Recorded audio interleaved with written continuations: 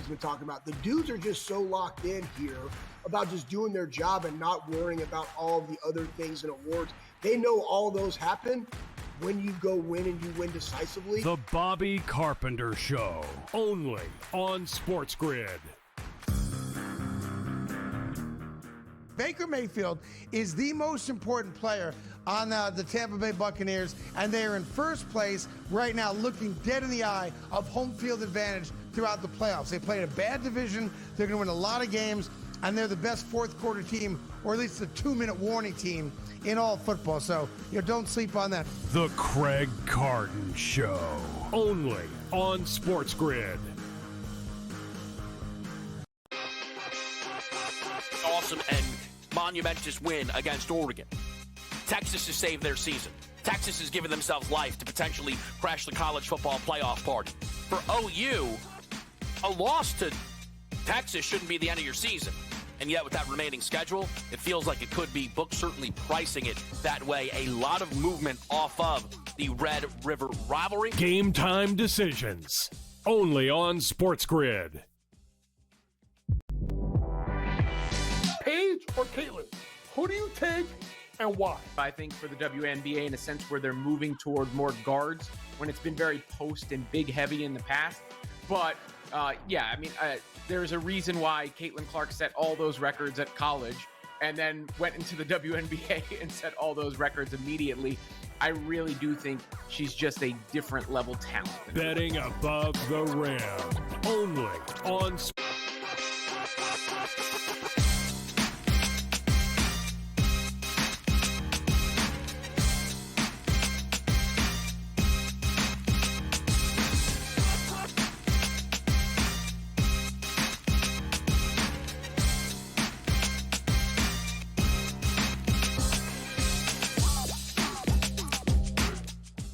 Game time decisions live on SportsGrid, a Friday night. Kevin Walsh with you from the decisions desk with plenty to make. We are live right now in Seattle. The Mariners and the Blue Jays starts with a nerfy Bryce Miller right now up against Dylan Varsho to start this second inning. Toronto closes a slight favorite in this one. Total closing around 7 in this baseball game. This is Bryce Miller's second go-around against what is now a, once again, red-hot Toronto lineup. So far, so good for Miller.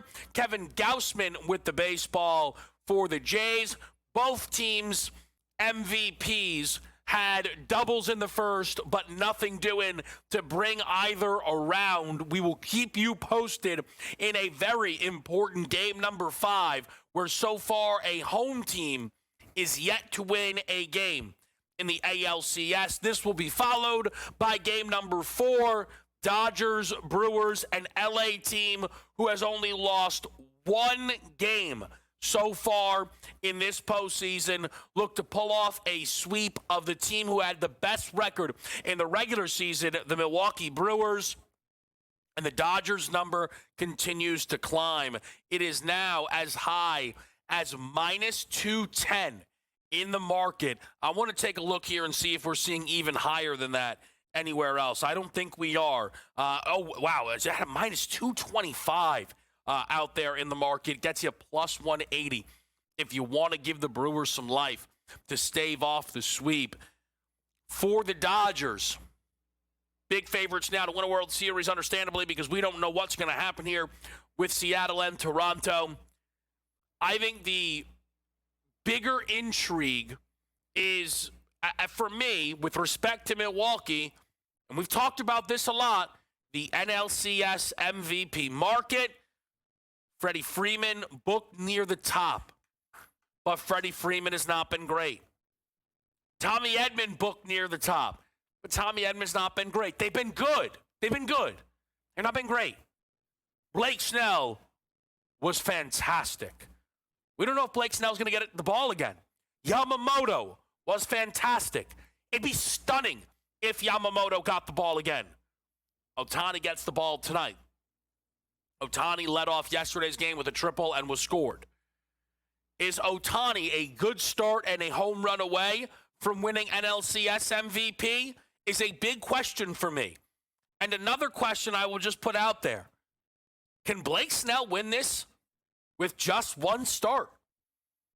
There seems to be some belief the answer to that is yes. Some belief. Not a ton. It's a fascinating setup here when we take a look at this race over in the Major League Baseball postseason. But baseball playoff action is great. It's joined, though, by a delightful two-pack of ranked action on the college football board. 4 games in total, including the number 2 team in the nation playing the Miami Hurricanes, hosting Louisville at home. Interesting number that has bounced around a little bit throughout the week here.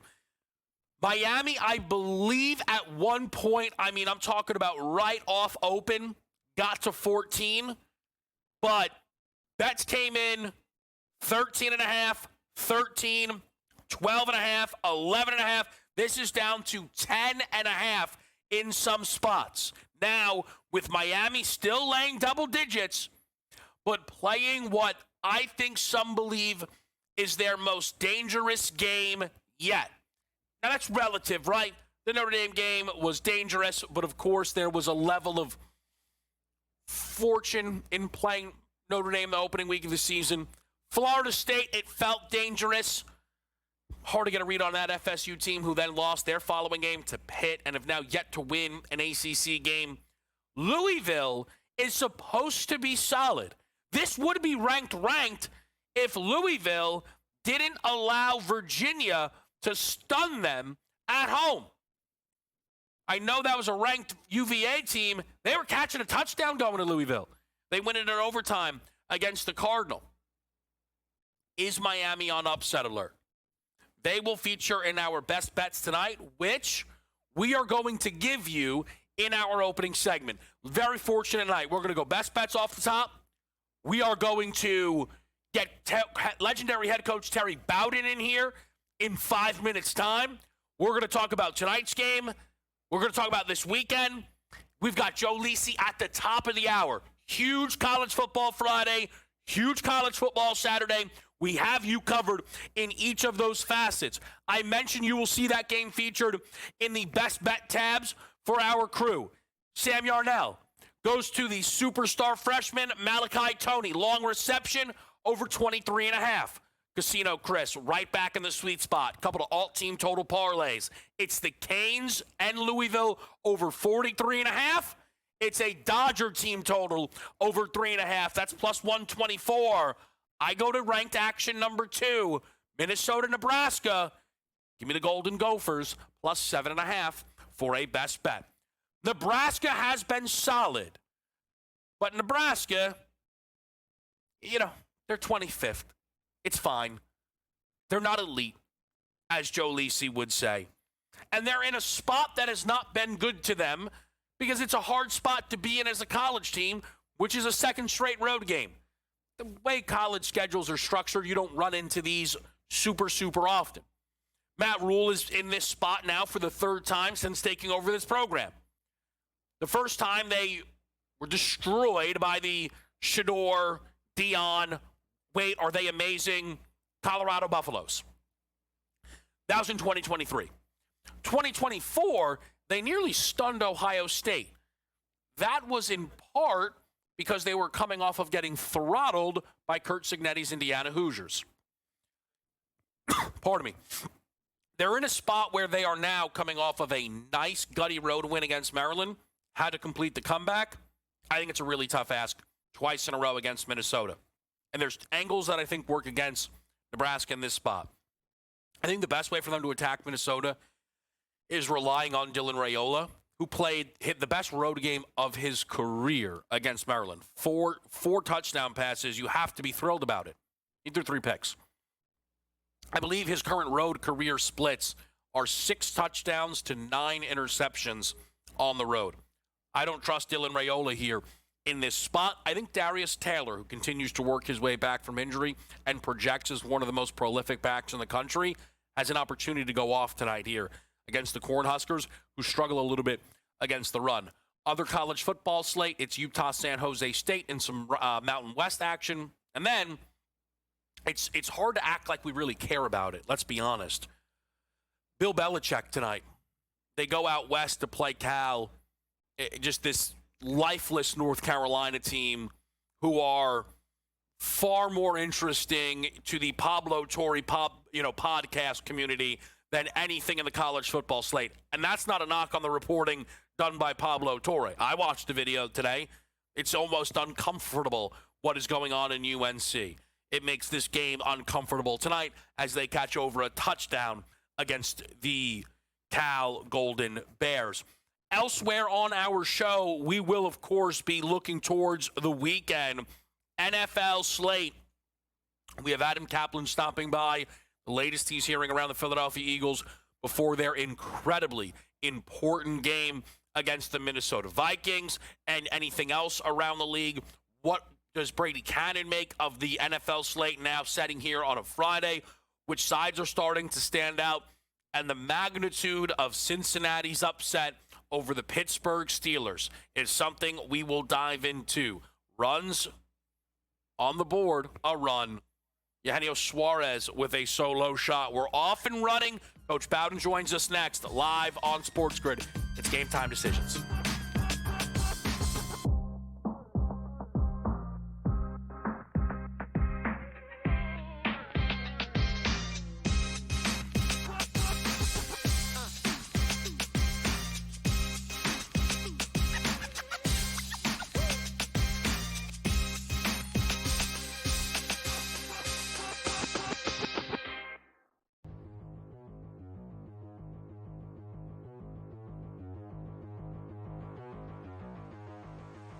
Let's do A.J. Brown. He's seems to be kind of upset with the way things are going.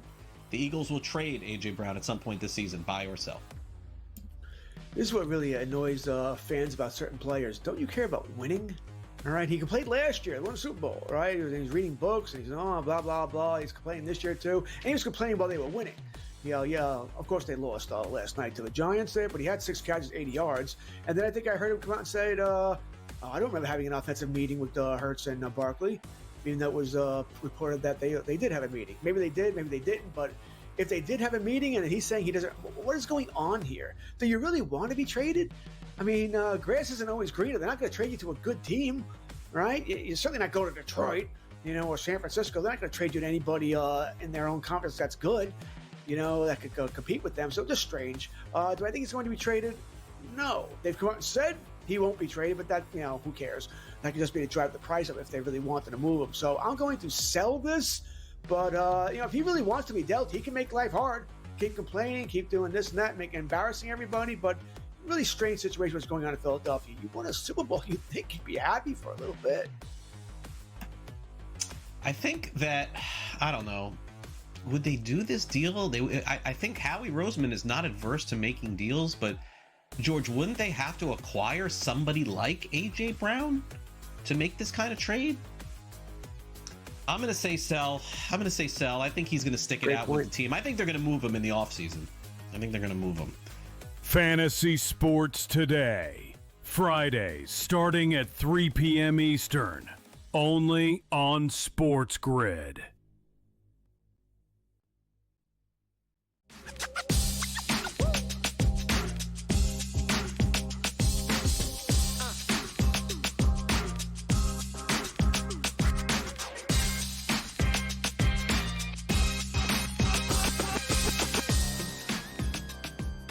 All right, let's make it happen. Friday night here. Great action and a great guest to help us figure it all out. That is legendary head coach Terry Bowden joining us here on Game Time Decisions. Coach, we appreciate you making some time. Can we begin with Miami-Louisville? One of the more important games in the ACC this season. It's a decent Louisville group, but they're going to need the best game they've played all season to knock off Mario Cristobal's boys. Yeah, these are the top 2 defenses in the ACC. They both score about the same thing offensively, 35 points, Miami 36 for Louisville. But Louisville has been inconsistent on offense, and Miami has been steady in every phase of the game. So Louisville has had a turnover every game. Two turnovers went for defensive scores in their loss to Virginia. So Miami just plays a cleaner game. They're about a better overall team. Louisville's going to have to run the ball. They haven't done as good a job of doing that. If they don't, that defense will be all over Miller Moss. I've got Miami winning this game, and I've got Miami covering. The number's going up, but I've got Miami covering as a home victory. Yeah, I am very interested to see if Miami is at any point trailing in this game, how they, bounce back. But I think one of the keys for them, Coach, is they don't get behind.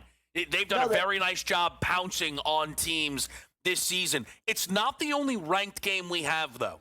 Nebraska and Minnesota. I want to start with this, Coach. Matt Rule, a 5-1 start. His name right now talked about a lot, though, because of a team who's off to a bad start. Penn State fires James Franklin. Matt Rule has a number of connections to the Nittany Lions. He went there. He's very good friends with the AD. There's going to be some interest. How do you think Matt Rule and his group are handling that heading into the matchup with Minnesota? I think he's handling it okay now. His opening press conference, I've never seen a worse job. He spent 30 minutes saying why he didn't want to leave. I love it. I grew up there. I went to school there. It's my alma mater. Shut up. I'm happy where I am. He talked way too much about the school just to say he's not going to leave. But that's over. And I think he's got it back there. But you know what? I put this on X today. You know how you get your name out of the hat? Go lose tonight. Go lose tonight. Lose to Minnesota, and Penn State wouldn't hire you as the last man on earth if you lose to Minnesota. And this is going to be a tough game. P.J. Fleck is not running the ball as well as he's running. I coached against him when he was at Western Michigan. He is a hard-nosed coach for a cocky son of a gun. He's a hard-nosed coach. They're not running the ball very well. And I do like Nebraska, and I do like what Rule's doing at Nebraska, and I don't see him. I think he would leave to go to Penn State. I don't know if that's in the cards yet down the road. I gotta tell you this, Coach. I saw, I guess it was an interview with Pat McAfee. I didn't see the press conference you're referencing. And, he has his monologue of we're building something. Right. And people are like, oh, a full throat support. And I'm like, I don't know what you're watching. He is absolutely going to entertain the Penn State job when the season's over. He's just not going to leave in the middle of the year. But no. Coach, it's too attractive. It's his school. He wants to be there. Oh, there's no question. I just don't think you need to bring that up. Now, you learn that over the years. Now, he's coached a few places. He can. And he's left all of them. Down. Yeah, I know that. He's still working. Hey, I think he's still working his way up. But I think Penn State has a special place in his heart that needs to be talked about. But again, you lose a ball game, you're not in the hunt for that game. You need to stay focused. And I do think they will. He's been around enough to know that you're only as good as your last football game. And this is the first week they've been ranked this year. They finally got in the top 25. Don't blow it against Minnesota. And you could, if Minnesota, if they could get a running game going, because Minnesota has given up. They gave up 253 yards rushing against Purdue last week. They are not playing like P.J. Fleck likes to play. That's why I'm gonna say I'm gonna run with Nebraska. I think he will win this game. Coach, let me stick with oddly a game that features a Big Ten team, which is Notre Dame and USC. Doesn't really sound right saying it. Notre Dame, though, I think everybody knows you have to win this game, and then they'll likely become favorites to make the college football playoff. But the same thing could be said for Lincoln Riley here, Coach. Yeah, Lincoln Riley, you're exactly right. Now, they don't have two losses at Southern Cal. They now knocked off Michigan last week, and the only loss they had was a walk-off field goal by Illinois, a good ranked Illinois team, but they've got to continue to win as well. But Notre Dame, Notre Dame, the only two teams they've lost to is number 2 and number 4, but this is the only ranked team they'll play the rest of the year. And they haven't beat a ranked team yet. So Notre Dame has they can make no mistakes. They've got to have it. And I think the way they can run the football and play defense, I just think when you put them at home, the way C.J. Carr is playing, I just believe they're going to be able to run the football, and that keeps USC's offense off the field. The best defense against USC is a good offense. Keep them off the field. I see Notre Dame running that football with their two backs, getting the clock on their side, the home field on their side. And I've got Notre Dame going to 6 straight wins because they have to have it. Southern Cal can sneak in with 2 losses now. They can find a way. but there's no other way for Notre Dame. In fact, if they were somebody else, I'm not sure Notre Dame would make it in. The one thing I would say, Coach, a little bit in the defense of Notre Dame is those two losses have aged fine, right? Oh, well, came early.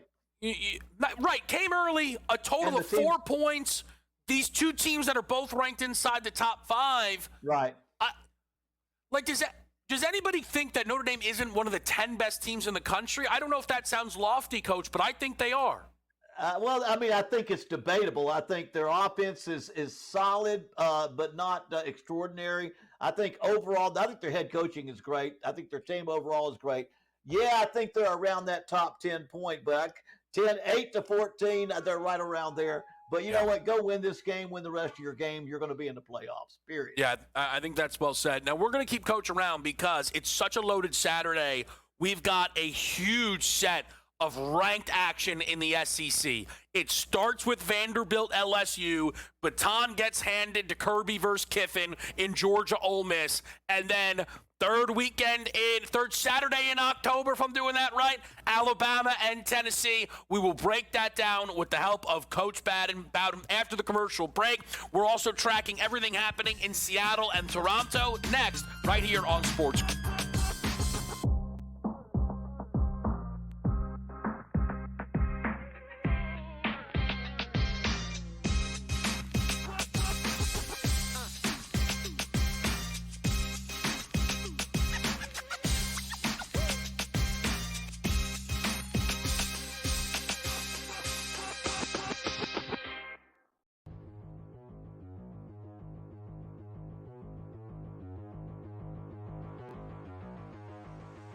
Let's do AJ Brown. He's seems to be kind of upset with the way things are going. The Eagles will trade AJ Brown at some point this season, buy or sell. This is what really annoys fans about certain players. Don't you care about winning? All right, he played last year. He won a Super Bowl, right? He's reading books, and he's blah, blah, blah. He's complaining this year, too. And he was complaining while they were winning. Yeah, of course they lost last night to the Giants there, but he had 6 catches, 80 yards.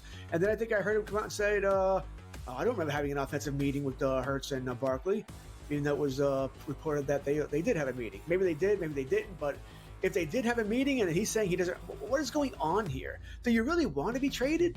I mean, grass isn't always greener. They're not going to trade you to a good team, right? You're certainly not going to Detroit, or San Francisco. They're not going to trade you to anybody in their own conference that's good, that could go compete with them. So just strange. Do I think he's going to be traded?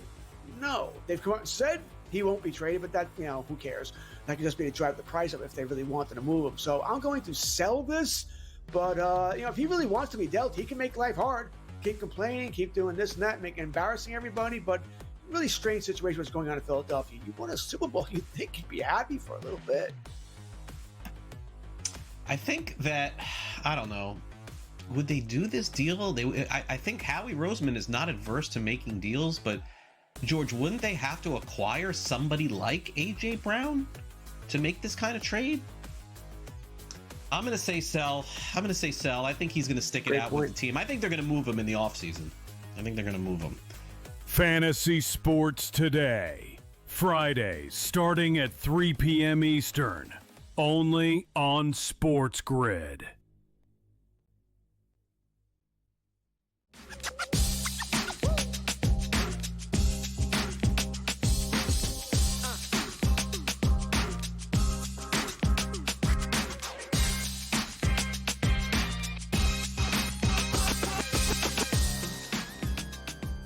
All right, with you right here on SportsGrid, we are joined by Coach Bowden. And, Coach, we saved this SEC 3-pack here with, again, in each time slot, right? Vanderbilt, LSU, Vandy a favorite. It says a lot about how far they've come. What do you think about this spot here against Brian Kelly's group? Well, that favorite says it all. I don't think in our lifetime they've been favored over LSU, and because that's just not where you're supposed to have a team. They have the talent, the resources, the background of an LSU. But the way they are playing, the way Diego Pavia plays, Vanderbilt is favored. I will say this. I'm kind of leaning towards LSU right now because, one, They had a good victory last week. They ran the ball for 166 yards. Brian Kelly said Nussmeier played with swagger, which means he played like he's supposed to. I have this feel that that LSU is going to be able to win by a field goal. I think that's all they need to do right now. That's about all they will get. But it's going to be a tough battle, and they're going to have to slow down that offense because Vandy can beat you by not coming off the field offensively. They can beat you with their misdirection. It's not that you have better athletes. You got to know which way to go and which way the ball is going, and you struggle with that sometimes against Vanderbilt. Yeah, top 10 matchup, Coach, with Georgia and Ole Miss. And, this I have maybe, Coach, some money tied to this Ole Miss group, so maybe I'm covering for them a little. But I almost feel like their performance against Washington State tells me they are very, very focused on the matchup here with the Georgia Bulldogs. Now you got that. That had every look of a trap game, Washington State, and they pulled it off and did what a very good team has to do, win those kind of games. But now it's Georgia, and it presents its own problem because Ole Miss is probably one of the smaller stadiums. They have a great program, great backing. It's a smaller, not as loud environment. I've coached in all of these. Georgia has one of the craziest, one of the toughest places to go in and play. And I'm wondering how that quarterback, that Division II, now SEC quarterback, Trinidad Chambliss, is going to respond to that. How that team is going to respond to that. Lane Kiffin's offenses have played better at home than away. And I just think that it will have an effect. It won't intimidate Ole Miss, but it will have an effect on their play, and that's enough to let Georgia. And Georgia's lost one game at home. They're not going to lose 2 games at home in the same year. I'm going with Georgia. I just think they've got too much on their side right now with Ole Miss coming in. Alabama, Tennessee, you think back to week 1, and Kalen DeBoer, I think he, to some degree, was on a hot seat, right? Oh. And all of a sudden now, they're just running a gauntlet, but they're getting the job done. They are ranked as a top 6 team. I think they have maybe the second best odds to win the national championship right now, Coach. Right. But the gauntlet continues. It's another tough spot against the Vols. Hardest place to coach in the country is Alabama and Notre Dame. Alabama because – face it, there's 2 GOATs. Bear Bryant was the GOAT for 50 years, 6 national championships, and then Nick Saban comes along. So you either get fired or you can't handle the heat and you leave. Every week you're on the hot seat at Alabama. Kalen DeBoer is doing a great job. He's got his team where they need to be, and Tennessee's going to bring a great team in here. This is going to be a high-scoring affair like the Tennessee-Georgia game. I'm taking the over in this game because I think both teams are going to score. I just think Joey Aguilar turns the ball over more than Ty Simpson's only had 1 turnover. I think it's going to be a 1 turnover difference, and Alabama's going to win this game. Tennessee, though, I think will cover. I'm going to take Tennessee in the points, Alabama with the money line. I'm curious, too, Coach, what we see from Ty Simpson in this spot here because he's really climbing up those Heisman rankings, and we've seen the Vols defense look vulnerable. This could be a big spot for him. Yeah, he's throwing 71%. He's not throwing interceptions. His father's a college football coach. He has a football IQ. He understands what it means to be a quarterback, and he's surrounding himself with great receivers, good, strong running attack, and he doesn't have to win the game himself. He needs to manage the game himself. So he's the perfect, I think, the NFL type, prototype college quarterback, and that's exactly what Alabama likes to have there. So I think he'll have a great guy. I think he'll have a great game, and I think that's why there'll be 1 turnover less than Tennessee and win this game, but will not cover the line. I think Tennessee will keep this thing so close. So I've got Tennessee and the points, but Alabama will come out the victor. Amazing. Coach, we really appreciate it. As always, legendary head coach Terry Bowden. We're joined by Joe Lisi next right here on SportsGrid.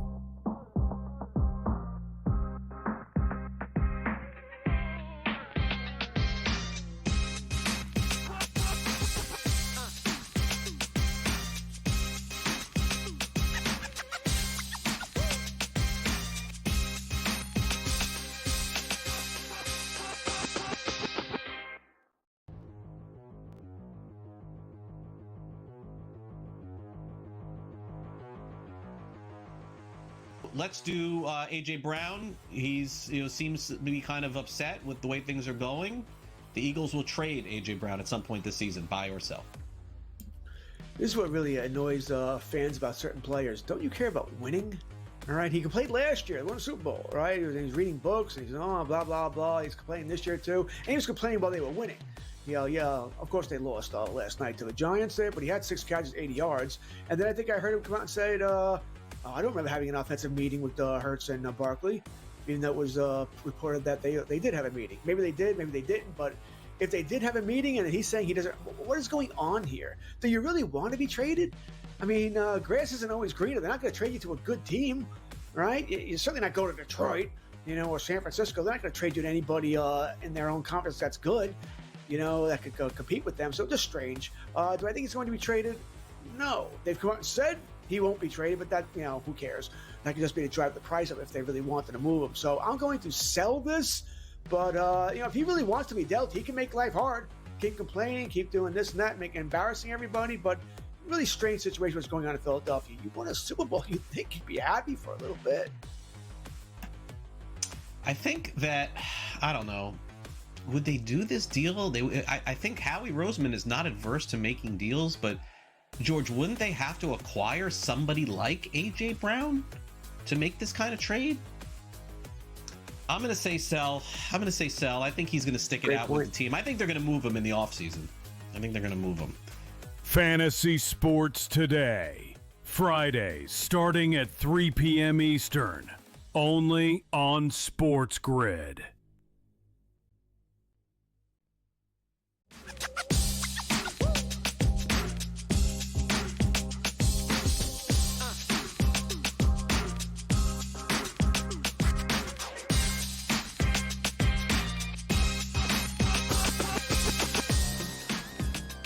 GameTime decisions on SportsGrid. Keying in on this college football slate, a couple of ranked teams in action to help us do that. Joe Lisi, you can catch him, of course, college football today, Saturday mornings alongside Donnie Rightside. But Lisi, we've got a really big one here about to get underway between Miami and Louisville. Double-digit number with both teams coming off of a bye. Do you like this one? I do, Kev. Very intriguing matchup. You talk about a game last year in Louisville. Miami wins it 52-45 as a 4.5-point road favorite. The rushing attack took over. But 2 years ago in South Beach, Jack Plummer and Louisville did get the victory. So Louisville's played Miami very tough in back-to-back years. They've averaged in the passing attack in 2 games now, 308 passing yards against the Hurricanes. I'm all in for Miller Moss in the passing attack. Took him over 254.5. Did put him and bet him for 2 touchdowns. But I'm on the over 49.5, and I lean to the Cardinals in the matchup. Joe, the thing is, not the only ranked game we're getting tonight, but different ends of the spectrum. Top 5 team in Miami, and then just sneaking in Nebraska.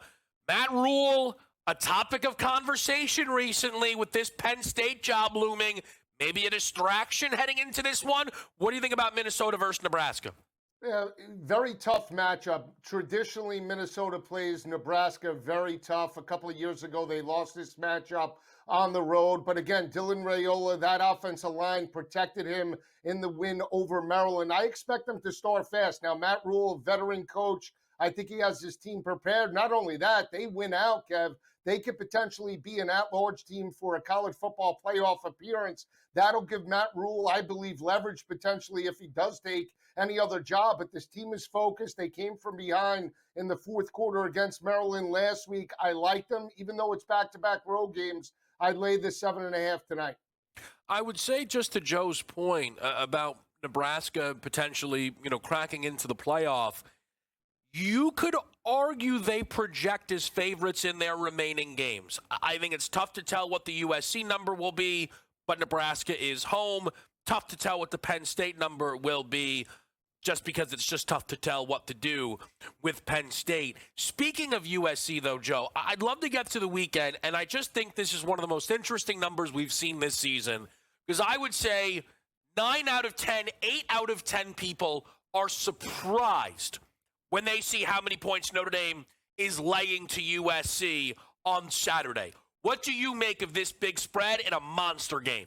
I think it's just right. And again, every time we've seen USC travel to the East Coast and in Midwest, they have struggled in matchups. You can go to the game last year against Maryland; they lost it outright. They struggled against Minnesota, and every time they play Notre Dame in South Bend, they get beat up. Now they had a great performance offensively, running the football against a very physical defensive front in Michigan, but I'm still concerned. Could that front seven shut down Jadarian Price and Jeremiah Love as it relates to the rushing attack? I don't think Carr has that big of a game in this type of matchup. I do believe it's the physicality in Notre Dame, and I still believe in their defense. They've been opportunistic, and they're playing as good as anybody in the country right now over the last 3 weeks of the regular season. So I think it's priced just right. I lean to Notre Dame to win this matchup and cover against USC. Can never back Lincoln Riley in a big spot. I know that has been a saying of yours, and I think Lincoln did step up last week, but a really tough spot now heading to South Bend. At least the SEC is loaded with them this Saturday. I mean, so many good spots. But I know of all the big games, Vanderbilt LSU likely the biggest in your eyes, where LSU is a dog to Clark Lee's Vanderbilt. What do you think here? Well, first time since 1948 that LSU is a dog in the matchup. I mean, that's unbelievable when you just think about the history. Now, LSU has owned the series, Kev. They've won 10 straight against the Commodores, the last 4 by an average margin of victory of 23.2 points per game. They won this game 24-17 last year, didn't cover as an 8.5-point home favorite, but I still think speed kills. They get back Aaron Anderson, their big play wide receiver this week. I think they can exploit Vanderbilt over the top. I know Vandy shut down for a majority of the game Ty Simpson in the passing attack. I think it's a different animal. I still believe in LSU's defense. Whit Weeks is out for this game potentially. I don't think it matters. I think they wreak havoc on Pavia and that offensive line. I think LSU wins it outright, and I do like the over.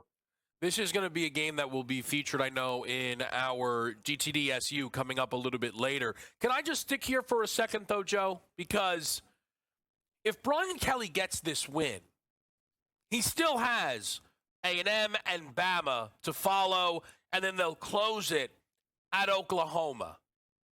Does Brian Kelly need to make the college football playoff this year? Do you still believe they will? Like where are you just at on this Tigers group right now?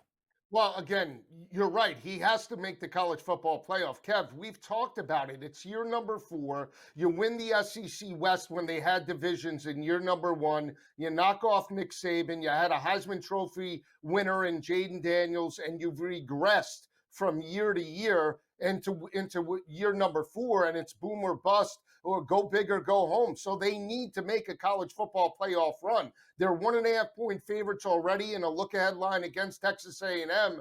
But again, they need to win this game against Vanderbilt, build some momentum. It's not going to be easy, especially if Oklahoma wins this weekend in Williams-Brice. That's going to be a dominant matchup. But again, I believe this team, from a defensive perspective, can carry them. But I need to see the offense, like we saw glimpses last week, carry through on the road. I think they have a dominant effort. If they step up and put up a 30 or a 40 spot this weekend on Vanderbilt, that's a good recipe to move into the second half of the regular season.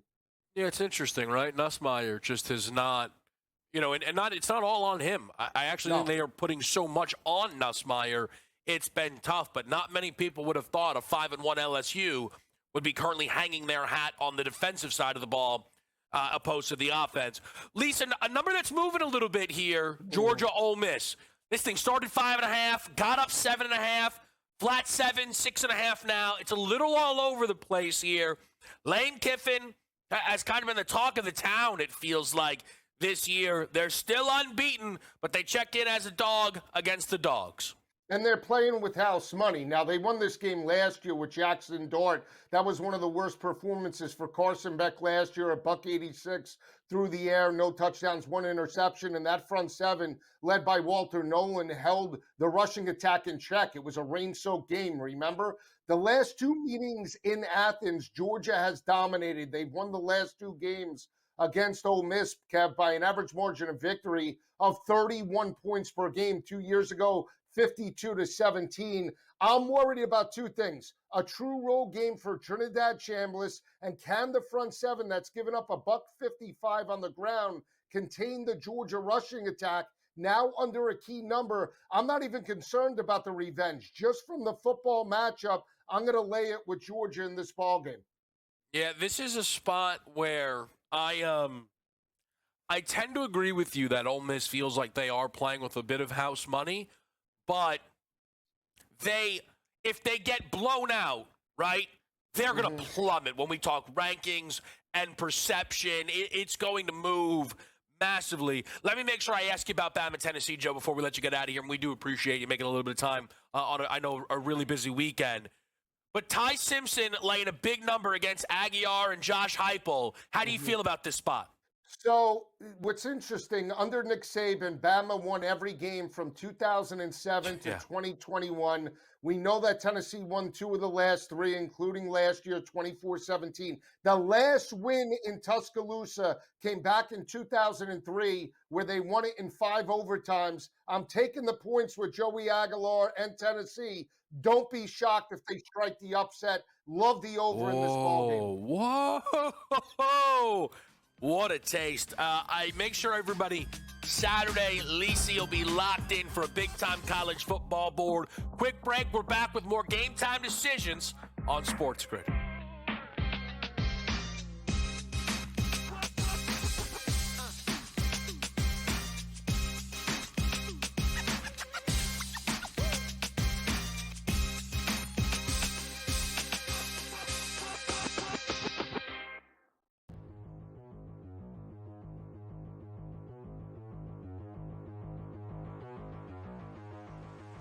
Let's do AJ Brown. He's seems to be kind of upset with the way things are going.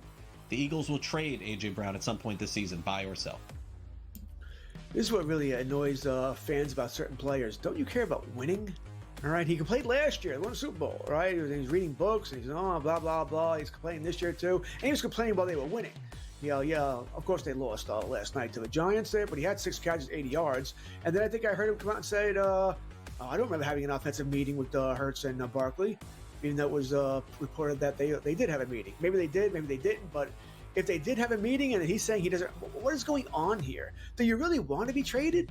I mean, grass isn't always greener. They're not going to trade you to a good team, right? You're certainly not going to Detroit, or San Francisco. They're not going to trade you to anybody in their own conference that's good, that could compete with them. So just strange. Do I think he's going to be traded? No. They've come out and said he won't be traded, but that, who cares?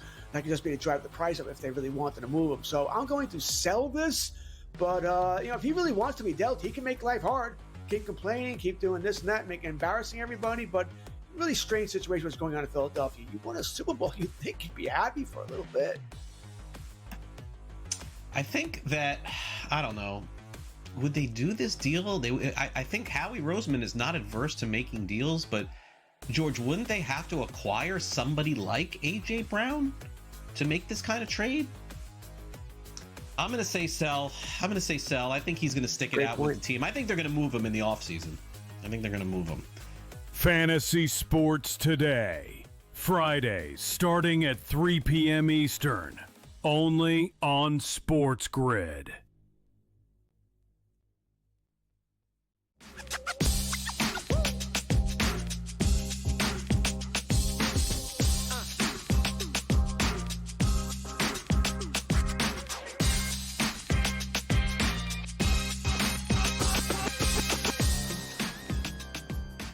All right, let's get to the line board with you right here. Game Time decisions. I have a locked number right now, Mariners Jays. Let me head somewhere else. I know you're all watching along here.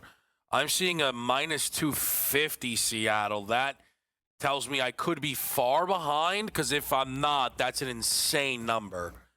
I have bases loaded, 1 out, and we've not seen the first pitch yet to Ernie Clement, the 6-hitter, coming up here. Let's see what we get. That is, I think, a double play and the end of the inning, which is a miserable. Wow, Toronto, that is miserable. I mean, that is Impossibly. You knew the number was off. I know you could say it's a bit of a bad break, but your best case scenario there was a foul ball. I mean, you get bases loaded, nobody out. You're about to chase Bryce Miller out of this game. They're not going to Brian Wu. Strikeout, double play. That's bad baseball, right? There's a lot of talk about how Toronto is a good baseball team. I'm not saying they're not. You guys know we played the AL East to win the World Series, so I have rooting interest in this Jays group. That is bad baseball. They've been better than that all postseason long. Not in that spot there. First score comes in Miami, Louisville. It's a Miller Moss anytime touchdown on a tush-push style play. A 4th and 2 at the 4. They sent the field goal kicker out. They went fake. I don't know if it was a designed fake or they saw it kind of situation, but nevertheless, the right move, a kick there would have been terrible. They were stopped at the 1, so they picked up a fresh set of downs. Miller Moss capitalizes on the next play. Extra point pending to make this a 7-0 Louisville lead. And that extra point is up and in. Let's get your live numbers there. What do we think? 4.5 Canes? 5.5. 5.5 Canes. Total only up a bounce. 51.5. That's a little light to me. 52.5 other spot. 6.5 Miami another spot. Interesting here. What do we think that first half number is on Miami? I'm not running to it because I thought their defense looked awful on that drive, but they did bow up a little. 1.5 point spread in favor of Louisville. Miami first half team total 13.5 just because time came off the clock. Not a bad look. Again, not running to it. We'll track it. Speaking of things we're tracking, the injury report this week in the NFL features more key names, I feel, than any other week up until this point this season. And I don't think it's a bad idea to just try and hit as many as we can and maybe where are the adjustments needed. It starts in London.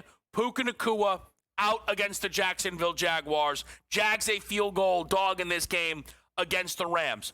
Now, the first aspect that this matters to me is the Offensive Player of the Year race. It's such a good race. I'm struggling to think Puka can afford to miss the game, especially when there's no guarantee it's the only game he misses. They do have a bye after, so you can't imagine it would be, a 4-game absence, but they have a bye, and then they host the Saints. Maybe they go extra cautious, and he misses 2. OPOY is such a counting numbers award that Puka Nacua is going to fall behind now when we talk league lead, receptions, yards, and he's not a touchdown guy. That's one of the odd things when it comes to Puka in this race. So that should have hurt him, I think, a little bit more than the odds have. Creates a little bit of value on the JT, Bijan, JSN, Chase, McCaffrey, what I think should be your top 5 right now. We talked about that Matt Stafford prop, the passing yards. Is it worth still chasing that over with Puka out because of how Jacksonville has been bleeding yards? Washington and Dallas has a lot of injury news kind of going both directions. No McLaurin again, but now Debo might miss the game as well. So if you're Washington and you're Jaden Daniels, you play this terrible Dallas defense, right? You tend to believe, hey, we'll be fine, but where is this football going to go? All of a sudden, Luke McCaffrey, is the top wide receiver. Zach Ertz, 10-plus targets, feels very on the board in this game. He had 6 against Chicago. Do they try and run it a little bit more? It's not like Dallas is prolific on the ground with the defense and only struggles in the air. On the other side of the ball, CeeDee Lamb's back. That prop is out. 76.5 feels way too high to me. That's just like a full back, full go. That doesn't even account for how good George Pickens has been. I think for Dallas, getting Lamb back is, of course, great. I think for the prop player, it becomes a little muddier because you're getting more expensive Dak numbers, still expensive Lamb numbers. You're not really getting a cheap Pickens price here. And I don't know if this is going to be everybody eats city. I'm not, signing up for Dak 300 plus week in and week out. It gets a little bit complicated, okay? Niners situation, as always, each and every week, messy. Purdy, out. Pearsall, out. Kittle back. And this is where, just to even tie the OPOI stuff into it, the McCaffrey receptions pace just has to come to a close. I believe CMC at last look is on pace for a 130 reception season. It's impressive he can do it. It's nonsensical. It's one, an outlier. Two, there's just no way they can continue this workload, I think, for CMC, at least my belief here. I think they'll be incredibly excited to get George Kittle back. I'm curious to see, though, if you get a Kittle back, the CMC usage. Mac Jones loves Kendrick Bourne, and there could still be some life there going up against this Atlanta defense. There's a number of other key names that we'll bring up for you. Also, the impact of that Cincinnati win and what that does to the AFC North, we'll let you know after a quick break. We're live on SportsGrid.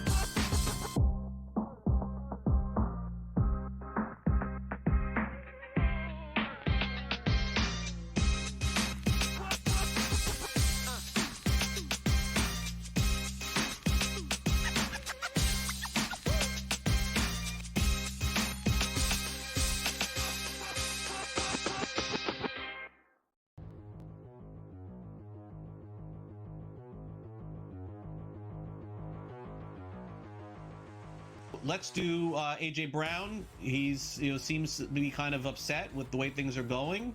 The Eagles will trade AJ Brown at some point this season, buy or sell. This is what really annoys fans about certain players. Don't you care about winning? All right, he played last year, won a Super Bowl, right? He's reading books, and he's blah blah blah. He's complaining this year too, and he was complaining while they were winning. Yeah, of course they lost last night to the Giants there, but he had 6 catches, 80 yards, and then I think I heard him come out and say, I don't remember having an offensive meeting with Hurts and Barkley.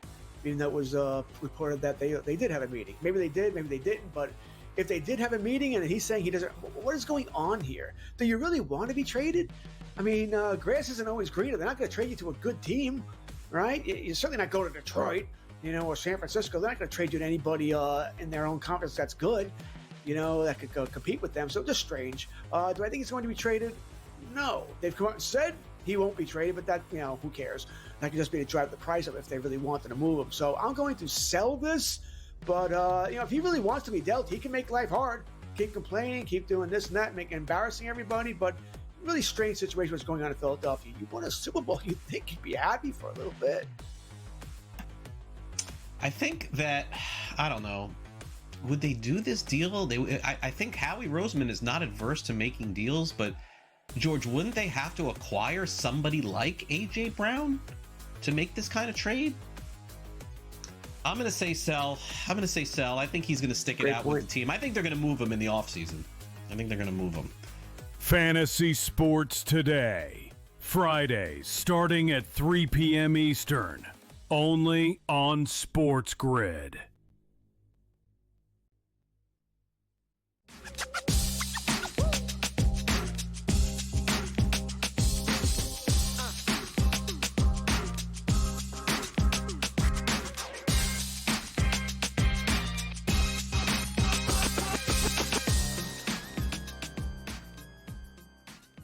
All right, back to right here on Game Time Decisions. Before any live updates, I want to just talk about some of these key injuries to be tracking this weekend. One of the muddiest and maybe more frustrating situations that could be brewing will come from the game between Carolina and the Jets. Now, there's situations on both sides. Garrett Wilson is out for the New York Jets. It's just more bad. It feels, I'm not trying to use improper grammar. I know that the phrase is worse. It's just more bad football, right? For the Jets, there is a tick of interest for me in still just playing Fields passing plus rushing.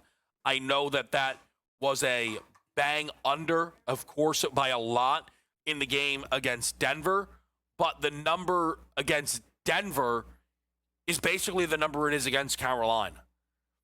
There's some interest there. That is, though, not the frustrating situation I am alluding to. I am referring to the Carolina Panthers backfield. Now, the props market thinks Dowdle is going to be the definitive starter. But there is not a clear confidence that this is going to be a 85-15 split. I am seeing Dowdle will pick one book, 59.5. Chuba Hubbard, who returns 35.5. Maybe this happens, from time to time in 2-week windows, but Rico Dowdle on his own has more rushing yards than any team in the NFL over the last 2 weeks by over 80 yards. Dowdle's on an OPOY pace. Now, we don't expect it to continue. He played the Dolphins and the Cowboys.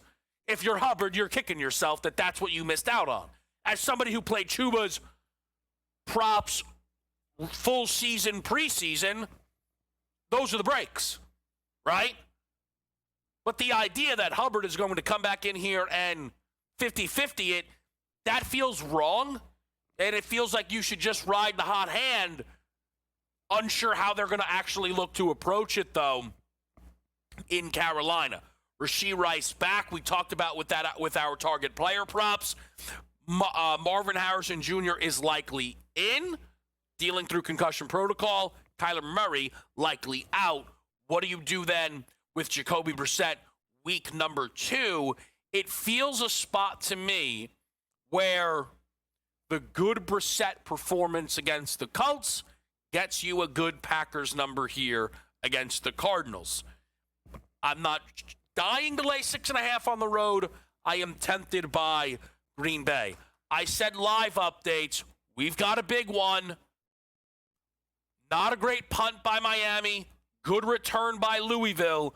4 plays later, they're into the end zone. A catch-and-run touchdown for Chris Bell of 35 yards, and it is 14-0 Louisville. I right now see this game straight pick on DK. I see your total climbing up to 58.5. I am seeing Miami plus 3.5, minus 136 on FanDuel. Much stronger Louisville number at minus 142 money line. And now this Miami first half team total gains more and more interest. 13.5 down to 10.5. Of course, 9.5 would be key, though it just got bet up clearly somewhere by someone to 12 and a hook. 9.5 point spread in the first half. You could get 9.5 with Miami. Little interest, not a lot. Louisville, though, is off and running right now, and a huge change as the number 2 team in the country is now all the way on upset alert. No other way to describe that one. Major League Baseball-wise, 1-0 still for the Mariners on the Jays, but you do have a man on right now for Toronto as they try and get something going as that offense is once again, somehow, some way, struggling to put together a full set inning against Bryce Miller, which is very embarrassing for that group. Look, we're going to hit a break here. When we come back, the one and only Adam Kaplan, NFL Insider, what he is hearing heading into the weekend, and maybe what he's hearing after last night.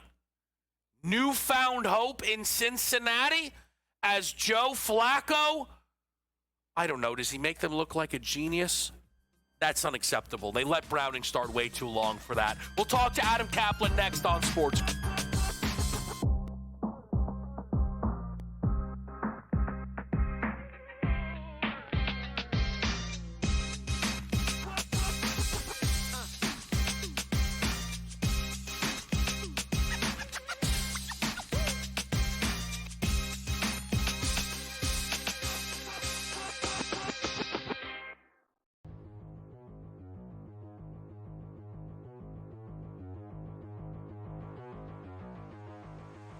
let's do AJ Brown. He's seems to be kind of upset with the way things are going. The Eagles will trade AJ Brown at some point this season, buy or sell. This is what really annoys fans about certain players. Don't you care about winning? All right, he played last year, won a Super Bowl, right? He's reading books, and he's blah, blah, blah. He's complaining this year, too. And he was complaining while they were winning. Yeah, of course they lost last night to the Giants there, but he had 6 catches, 80 yards. And then I think I heard him come out and say, I don't remember having an offensive meeting with Hurts and Barkley, even though it was reported that they did have a meeting. Maybe they did, maybe they didn't, but if they did have a meeting and he's saying he doesn't, what is going on here? Do you really want to be traded? I mean, grass isn't always greener. They're not going to trade you to a good team, right? You're certainly not going to Detroit, or San Francisco. They're not going to trade you to anybody in their own conference that's good, that could go compete with them. So just strange. Do I think he's going to be traded? No. They've come out and said he won't be traded, but that, who cares? That could just be to drive the price up if they really wanted to move him. So I'm going to sell this, but, if he really wants to be dealt, he can make life hard, keep complaining, keep doing this and that, embarrassing everybody, but really strange situation what's going on in Philadelphia. You won a Super Bowl, you'd think you'd be happy for a little bit. I think that, I don't know, would they do this deal? I think Howie Roseman is not adverse to making deals, but George, wouldn't they have to acquire somebody like AJ Brown to make this kind of trade? I'm going to say sell. I think he's going to stick it out with the team. I think they're going to move him in the offseason. I think they're going to move him. Fantasy Sports Today, Fridays starting at 3 p.m. Eastern, only on SportsGrid.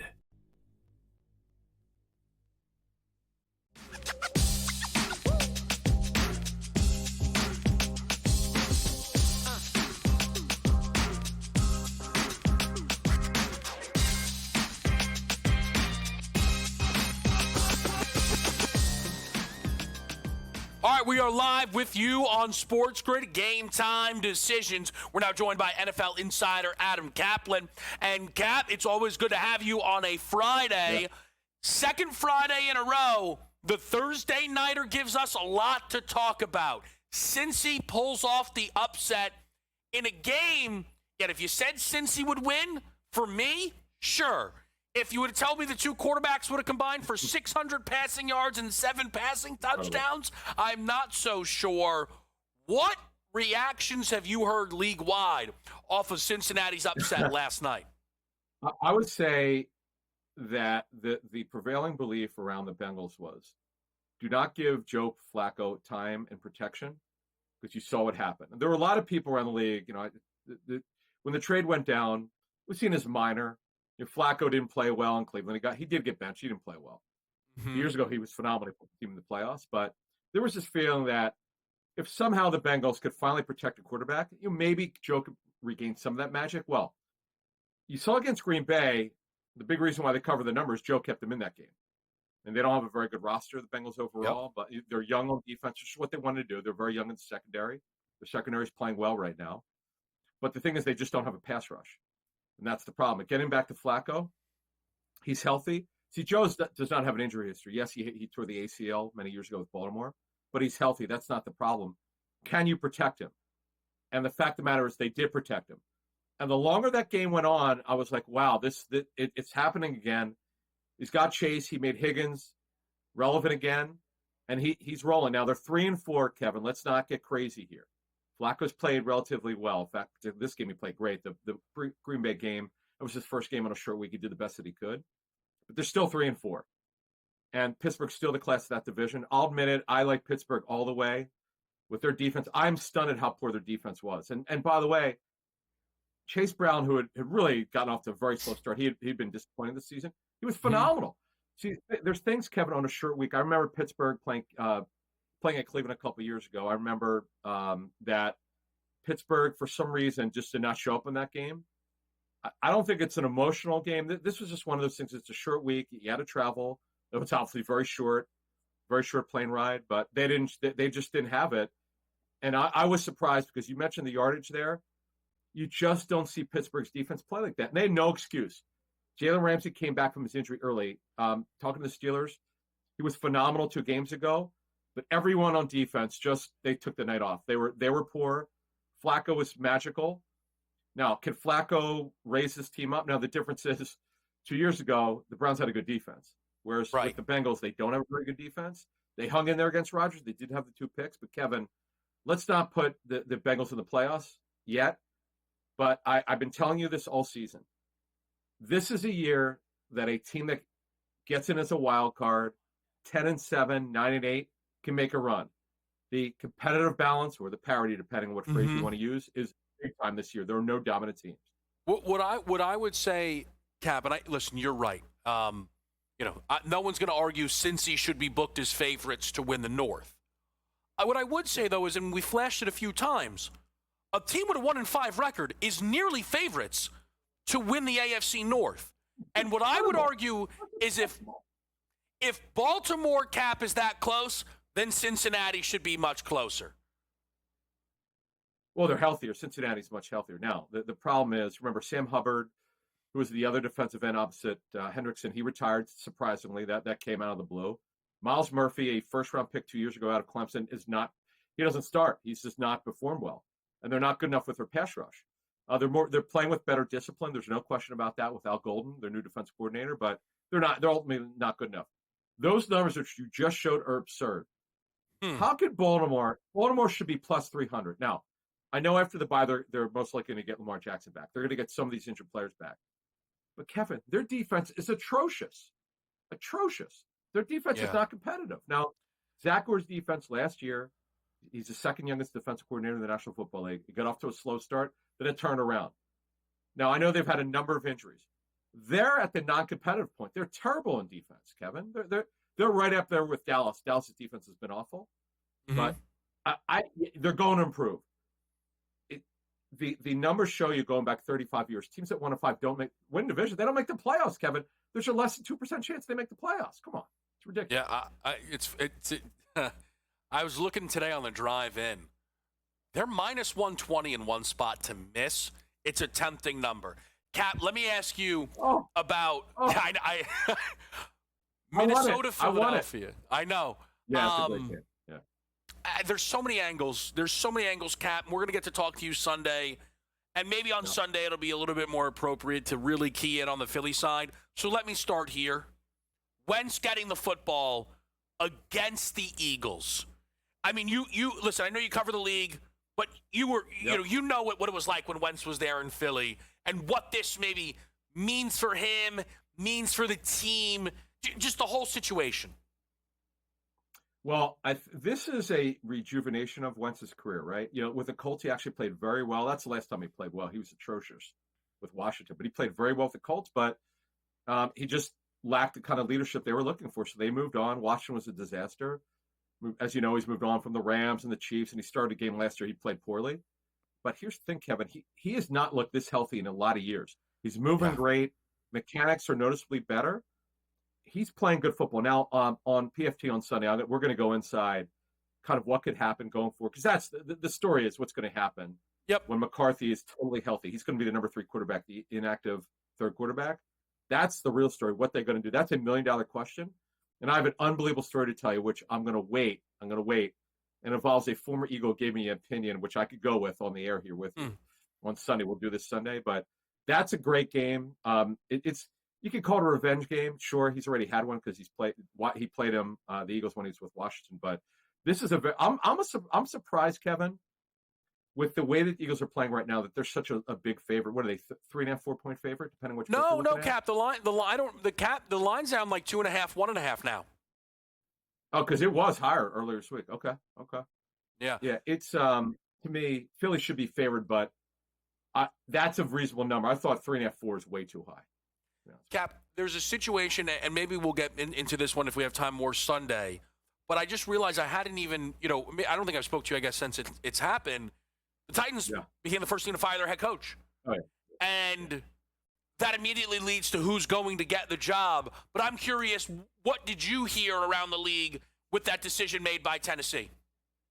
Yeah, it's one person. I'm just going to I'm going to explain this, and we'll end with this. One league source called it a mercy firing. I said, I kind of figured out. I asked him through text, what does that mean? It's when it's very obvious you're just doing the right thing for an organization, and the coach knows it. It's so bad there that they, instead of waiting to the end of the season when you would have fired him, you did this now. Mike McCoy's been a head coach, but he's just a placeholder. It's not going to mean anything. I mean, you look, and by the way, you want to talk about revenge. Mike Vrabel playing against his team's going to play against the team that fired him, and now Calvin Ridley. The Titans have a bottom 3 roster in the National Football League. I know the Patriots, that upstart team. We'll talk more about this on Sunday. I'm expecting a blowout here. I would be very surprised if this game is close. I really would. I saw 2 names, Cap, that got floated around for this job, and I understand they had to get rid of Callahan, but they might sign their fan bases up for torture with some of the names that were being kicked around. I know, but you usually tell me October 17th, way too early to be figuring out who's going to get this job. No. I mean, Cliff Kingsbury's good. I expect him to be on that list. Cliff Kingsbury's done a phenomenal job with Jaden Daniels. He's a quarterback developer. Now, is he a good head coach? We can debate that. Matt Nagy, he's got connection with Mike Borgonzi, the GM. They work together in Kansas City. I expect him to be on the list. It's going to be a long list. Deserve the first one in. I can tell you this. We'll talk more about it on Sunday. I want to talk about it. There are a lot of coaches around the NFL would love to coach Cam Ward. Trust me on that. That is a very important note, I think. And we will end it there, and we will talk more Sunday. NFL insider Adam Kaplan, we really appreciate it. We got Brady Cannon joining us next on SportsGrid.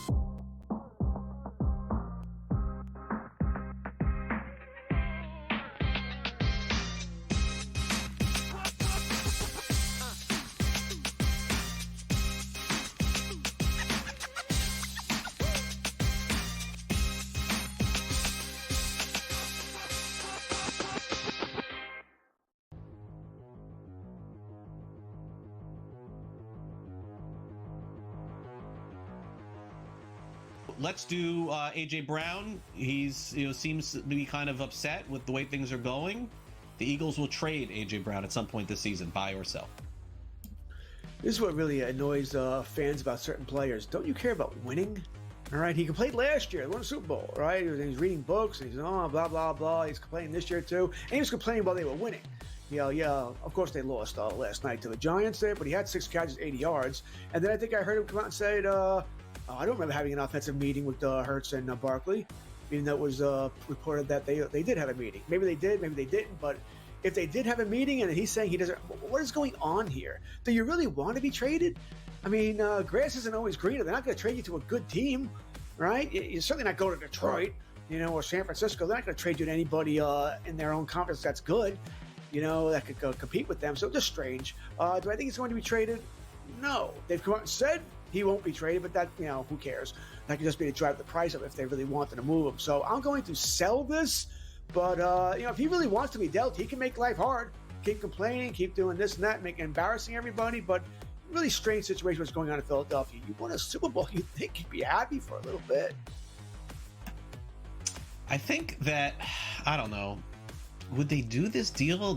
I think Howie Roseman is not adverse to making deals, but George, wouldn't they have to acquire somebody like AJ Brown to make this kind of trade? I'm going to say sell. I think he's going to stick it out with the team. I think they're going to move him in the offseason. I think they're going to move him. Fantasy Sports Today. Fridays starting at 3 p.m. Eastern. Only on SportsGrid.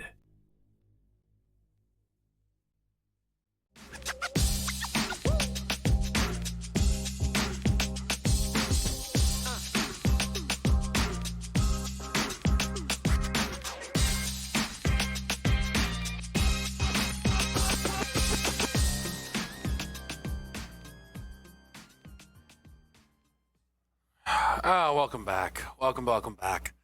Live on SportsGrid, where I am having people send me texts that are asking whether or not Jeremiah Love is healthy heading into Notre Dame USC. Not my favorite thing I saw right before on the way back in. Tell you what I love to see, Brady Cannon joining us on a Friday. Brady, always good to see you. Kind of last looks, if you will, before we hit the weekend of NFL action.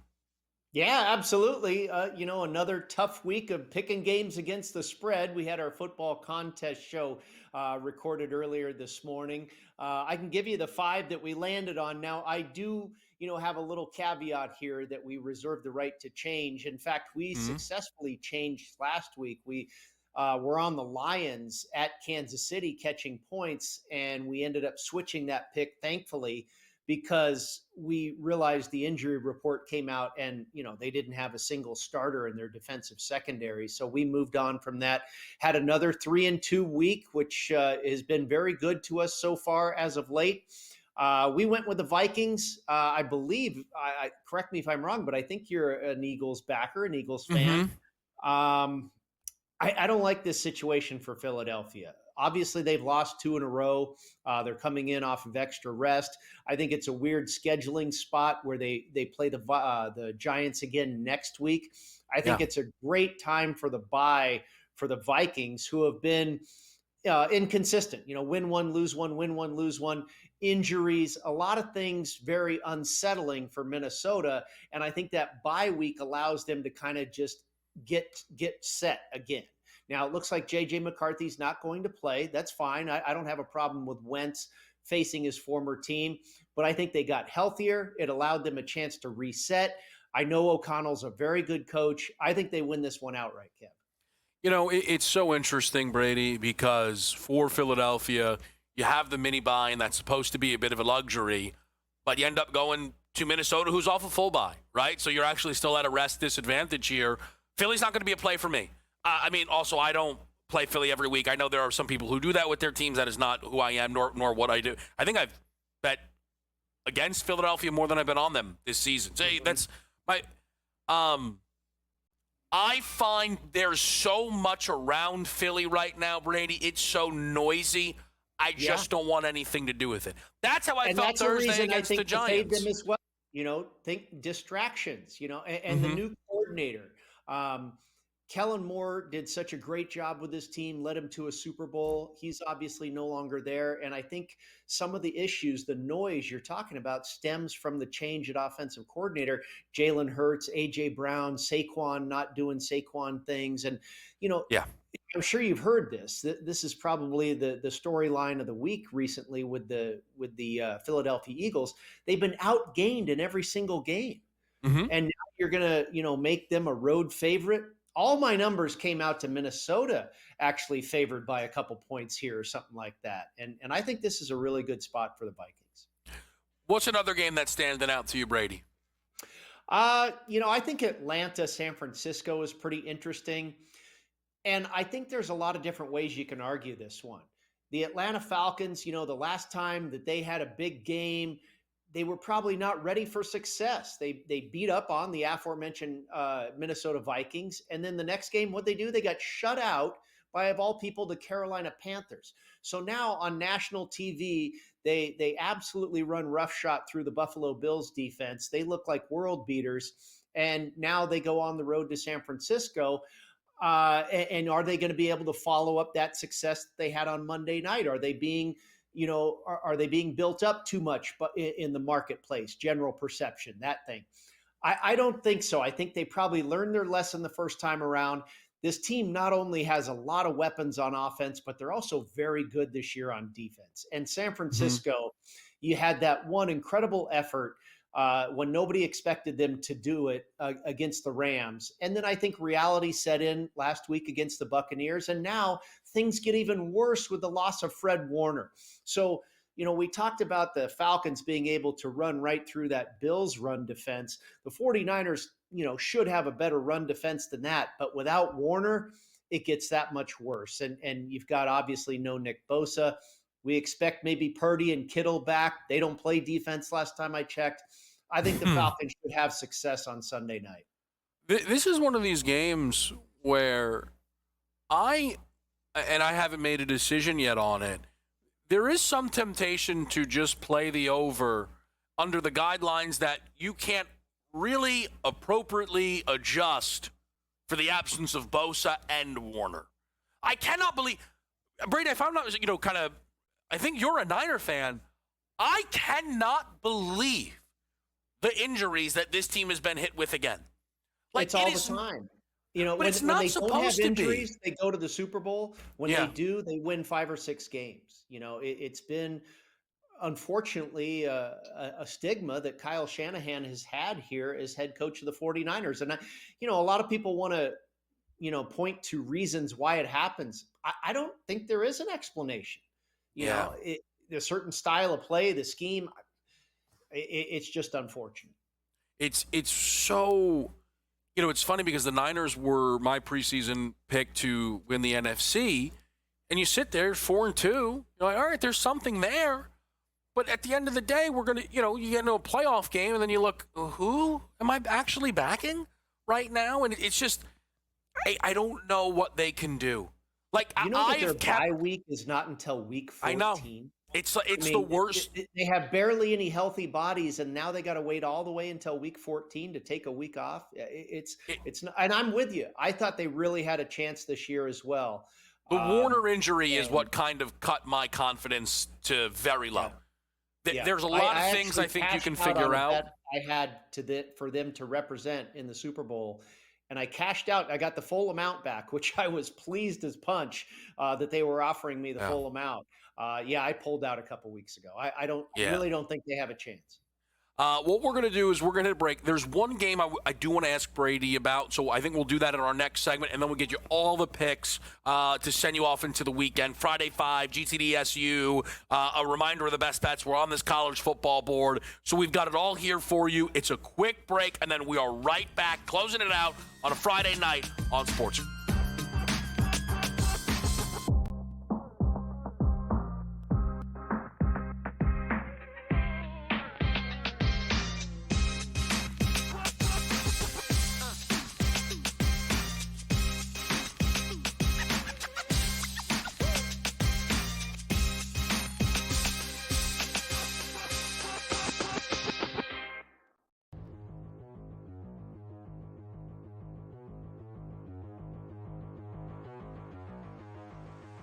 Let's do AJ Brown. He's seems to be kind of upset with the way things are going.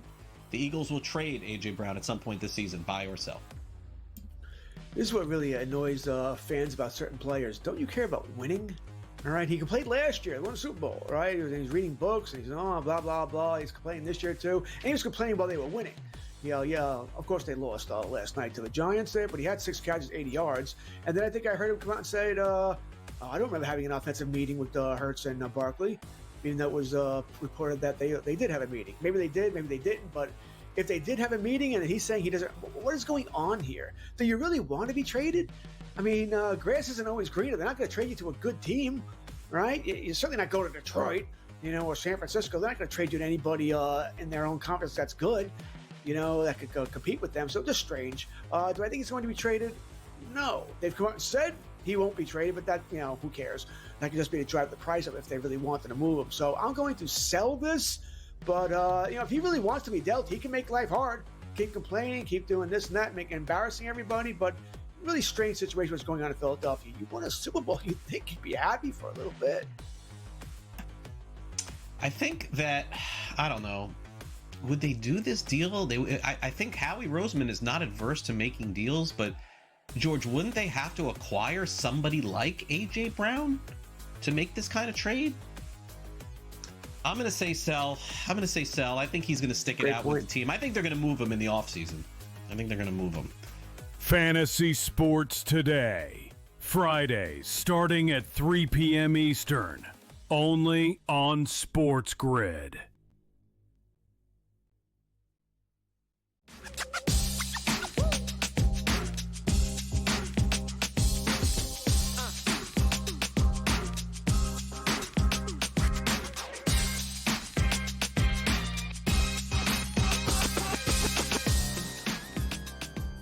All right, we're going to close it out on a Friday night. Game Time Decisions. Kevin Walsh with you. We've got picks coming up, but we are with Brady Cannon to talk about some of the key sides this weekend. He's let you know a few of his favorites. Make sure you check out the Football Contest Show that is here on SportsGrid. They do an excellent job getting you ready for everything that you need knowing and heading into the weekend. Brady, I don't know if this is a game on your guys' slate, but I have to ask about it because I'm fascinated by it.